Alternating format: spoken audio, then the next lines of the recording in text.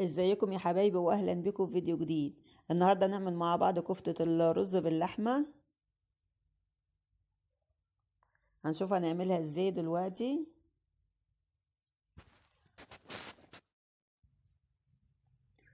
هنا معايا نص كيلو لحمة مفرومة وحط عليها قطعة من الدهن. الدهن بيطعم الكفتة وبيخليها طعمها جميل، بس اهم حاجة ما يكونش اللي هو الدهن المستورد، تحط لها دهن بلدي. وهنا معايا ربع كيلو رز. الرز ده انا غسلته وصفيته وطحنته في المطحنة.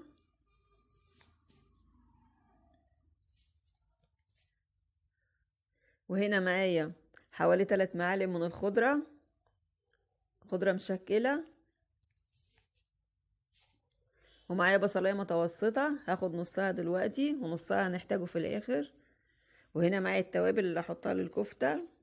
معايا ملح وفلفل اسود وشطة وبهارات، ومعايا كام فص توم كده.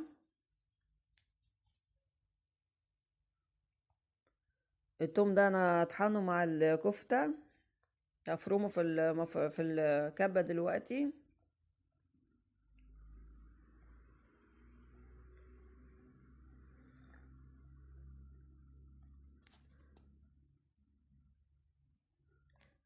هقطع كده نص البصلاية مكعبات.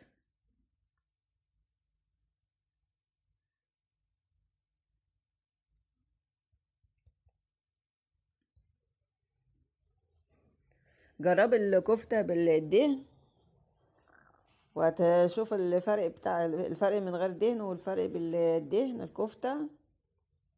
بس زي ما قلت لك اهم حاجة ما تكونش اللي هي الدهنة مستوردة، تكون دهنة بلدي. دلوقتي انا قطعت نص البصلاية احط عليها التوم.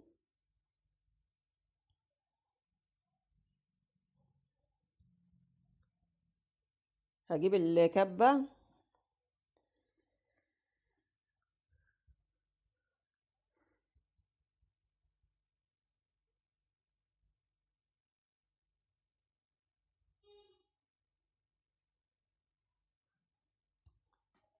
حطيت فيها البصل والثوم واحط الخضرة.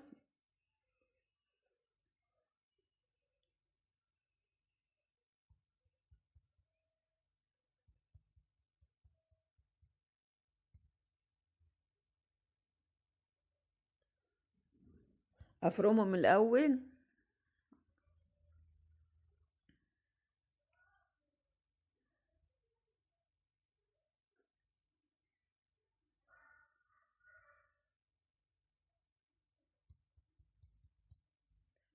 فرمتهم وحط عليهم اللحمة.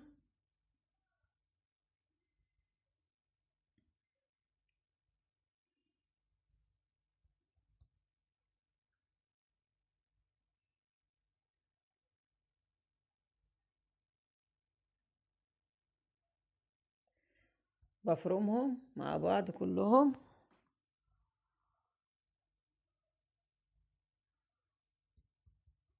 خلاص كده بقت بالشكل ده اهو. لسه انا دلوقتي ما حطيتش الرز، هحطه دلوقتي.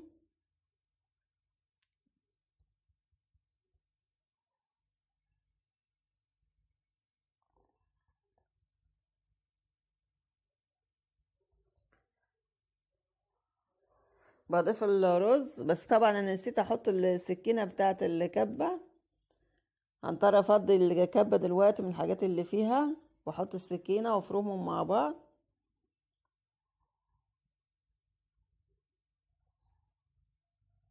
كده خلاص انا فرمت الكفتة زي ما انتم شايفين. والمفروض كنت حطيت فيها التوابل وانا بفرمها، بس النور قطع ما لحقتش احط التوابل وافرمها. دلوقتي انا حطيتها بعد ما فرمت الكفتة. قلبتهم كويس. شايفين العجينة عاملة ازاي؟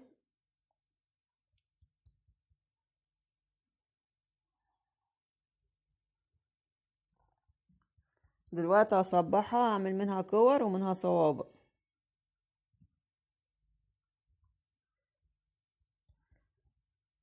لا مش دهنه ايدي زيت ولا ميه ولا اي حاجه، زي ما انتوا شايفين اهو.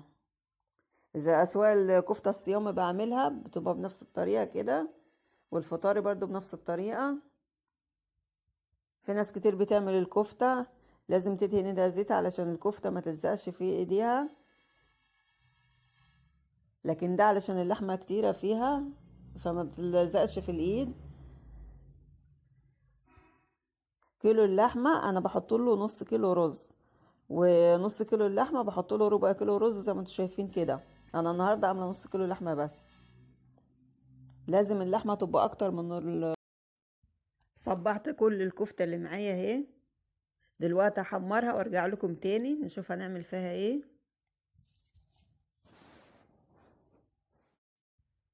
فرمت نص البصلايه اللي كانت معايا، وحطيت عليها فصين 3 توم مفرومين، وحطيت معلقه سمنه كبيره. هشوحهم في بعض، شوحتهم كده لغايه ما ادون اللون اللي انتوا شايفينه ده. دلوقتي هنزل عليهم بالطماطم.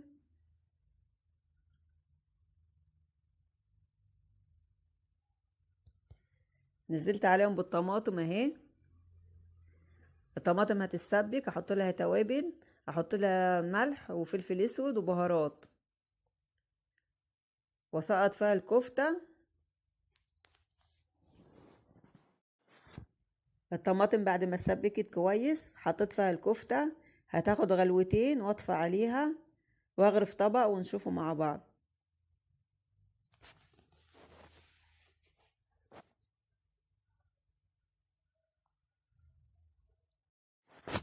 غرفت طبق اهو، وبكده يكون الفيديو خلص، واتمنى يكون عجبكم، واستنوني في فيديو جديد. مع السلامة.